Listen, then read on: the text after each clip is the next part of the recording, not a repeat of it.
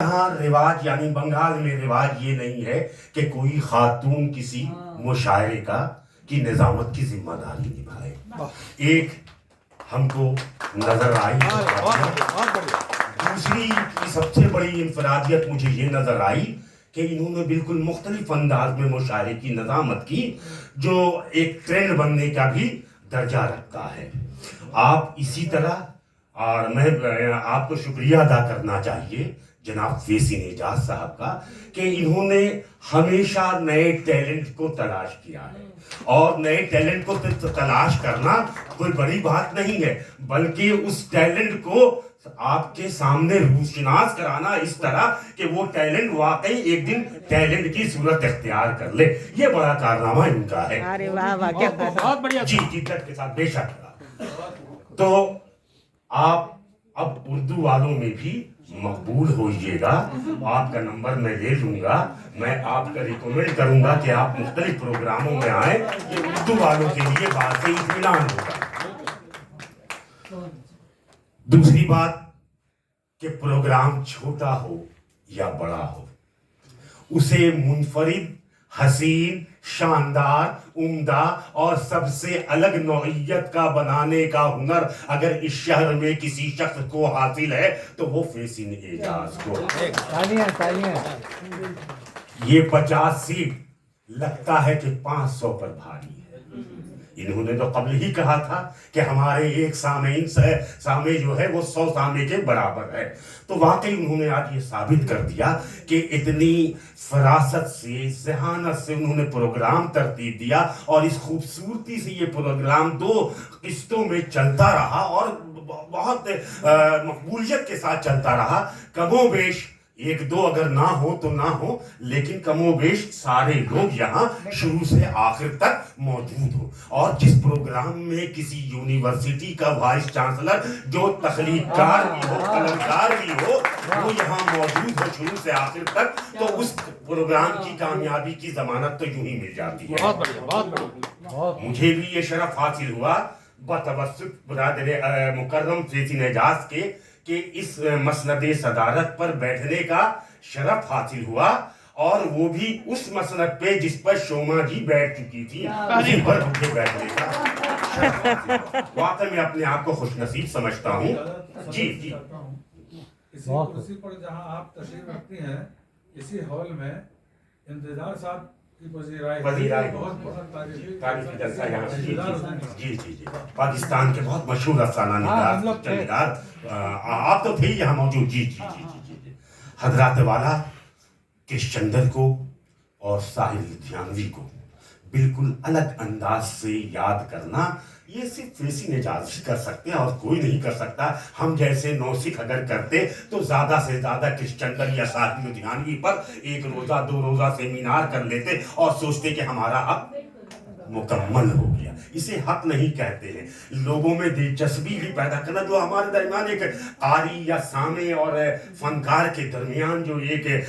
دوری پیدا ہو گئی ہے اس دوری کو انہوں نے کم کیا اور ختم کرنے کی کوشش کی. اور جیسا کہ ابھی میرے شاگرد عزیز معراج کہہ رہے تھے کہ لوگوں سے ملنے کا بہانہ تلاش کرتے ہیں فیض اعجاز صاحب اور لوگوں سے ملنے کے لیے وہ کوشش کرتے ہیں کہ ایک ساتھ مل جائے. لے سانس بھی آہستہ کہ نازک بہت کام آفاق کی اس کارگاہ شیشہ گری کا والا معاملہ ہوا کرتا ہے. حضرات والا میں آپ تمام لوگوں کا شکریہ ادا کرتا ہوں اور ایک نئے شاعر سے بھی آپ روشناس ہوئے تنویر بن ناظم سے جو پیشے سے ایڈوکیٹ ہے اور اخبار مشرق میں بہت سارے یہ لکھتے رہتے ہیں، صحافی کے حیثیت سے بھی جانے جاتے ہیں. آج ان کی نظم ہم نے پہلی بار سنی لیکن کل انہوں نے اپنی آواز میں یہ نظم مجھے واٹس ایپ کیا تھا اور آج یہ پڑھا. انہوں نے پڑھنے کا انداز بھی ان کا ہے. اگر اجازت ہو آپ لوگوں کی تو 2-4 رباعی میں پڑھنا چاہتا ہوں.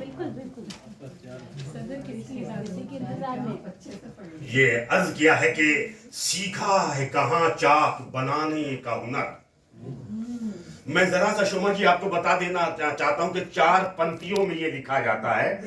اور اس کی سب سے بڑی خصوصیت یہ ہوتی ہے کہ بہت ہی کم لفظوں میں اس کو بیان کرنا پڑتا ہے کہ سیکھا ہے کہاں چاک بنانے کا ہنر آیا ہی نہیں مجھ کو جتانے کا ہنر،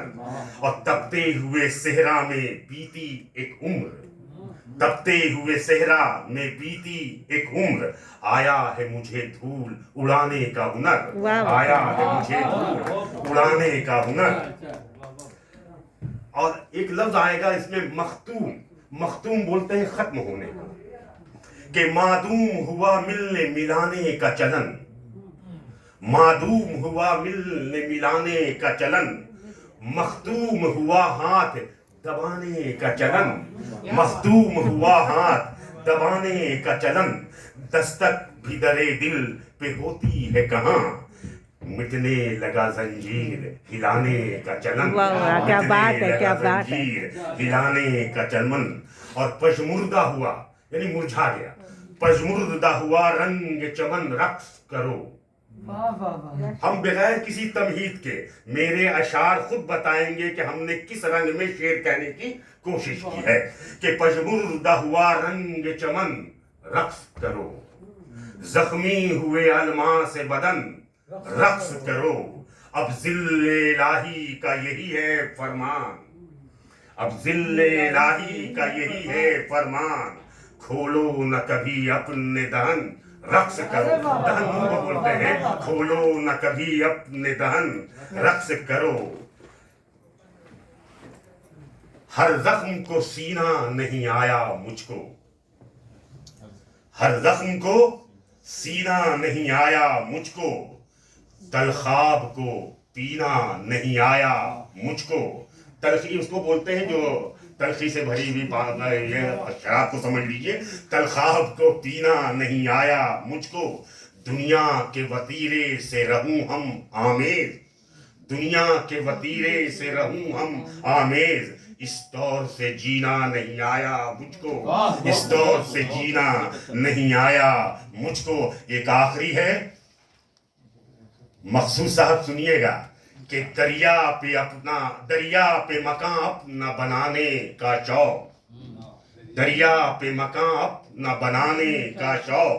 سرسوں کو ہتھیلی پہ جمانے کا شوق، دریا پہ مکان اپنا بنانے کا شوق، سرسوں کو ہتھیلی پہ جمانے کا شوق، ہاتھوں کی لکیروں سے ہوں واقف لیکن، ہاتھوں کی لکیروں سے ہوں واقف لیکن، ہے دست شناسوں کو دکھانے کا شوق، ہے دست شناسوں کو دکھانے کا شوق۔ اور رسمن میں بھی ایک غزل کے چند اشعار،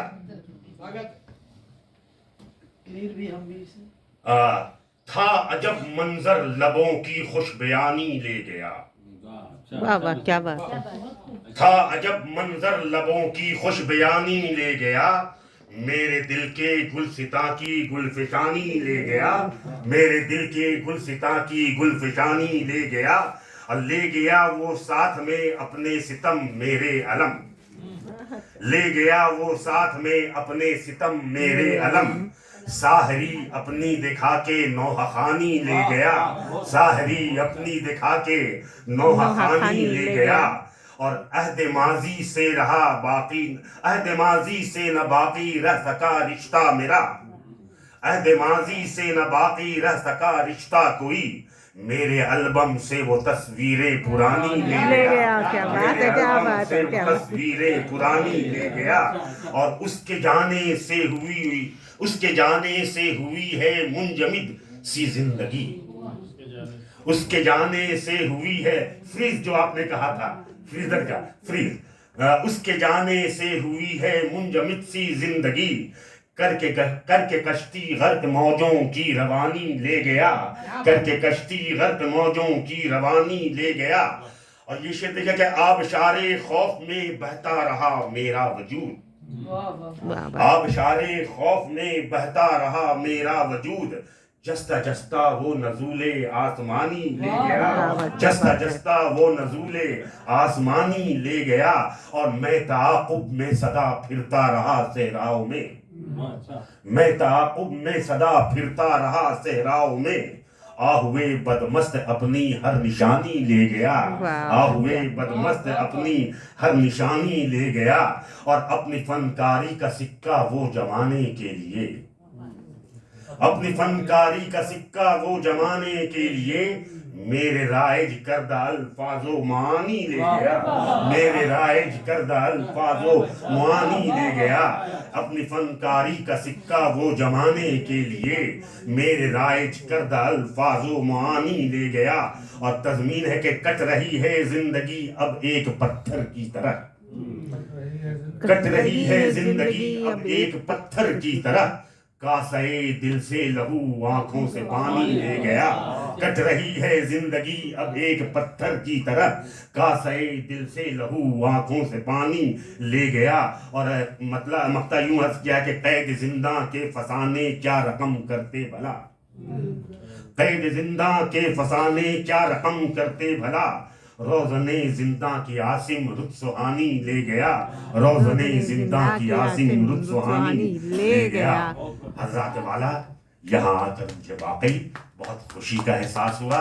اور یہاں پڑھنے کے بعد ایسا لگتا ہے کہ میں ایک مخصوص سامعین کے سامنے اپنی غزلیں پڑھی، اپنے شعر پڑھے، جو واقعی ذہین اور فطین دونوں ہیں وہ سامعین۔ اور اعجاز صاحب کا پھر ایک بار شکریہ، اپنے تمام شاعروں کا شکریہ کہ انہوں نے بہت اچھے کلام ہمیں سنائے، خصوصی طور پر نغمہ نور کا، کہ انہوں نے زندگی کی جو حقیقتیں ہیں، صداقتیں ہیں اور کلفتیں ہیں، رنج ہے، محن ہے، محبت و بہجت ہے، ان کی عکاسی جو جن لفظوں کے ساتھ انہوں نے کی ہے وہ ہمارے عام بول چال کے الفاظ ہیں، اور جس کا اثر، جس کی تاثیر بہت دیر تک